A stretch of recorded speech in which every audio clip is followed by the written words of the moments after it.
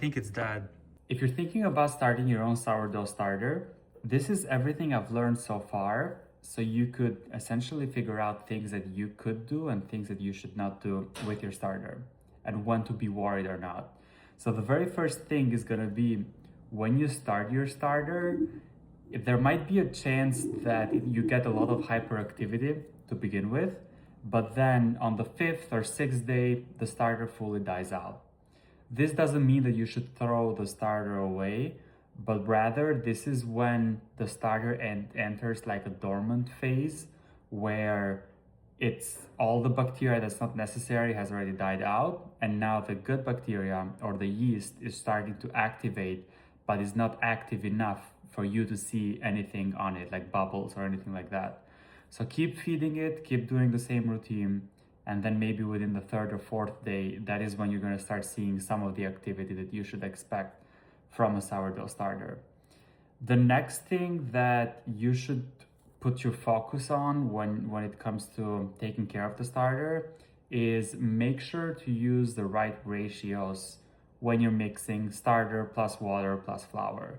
Usually a 1 to 1 to 1 is a very good combo, I would say, but it should never be like 80% starter, 10% water, 10% flour, because that is not enough.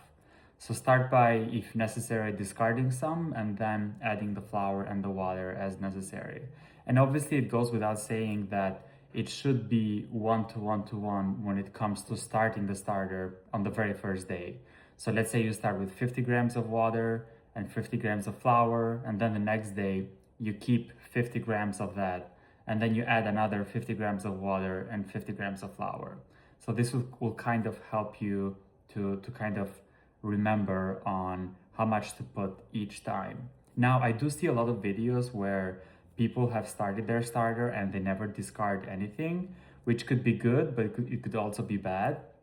And the reason why I say it could be bad is because if you keep a lot of flour and you don't feed it enough, your starter might die out. And what do I mean by this? Let's take this as for example. If my starter was all the way up here, so now I get a bigger bowl, I put all this starter in it, but then I only put this much flour, that is not going to help in any way, shape, or form, because it's going to consume that within the first hours or so, and then for the next 20 of the 24-hour mark, it will probably starve and die out.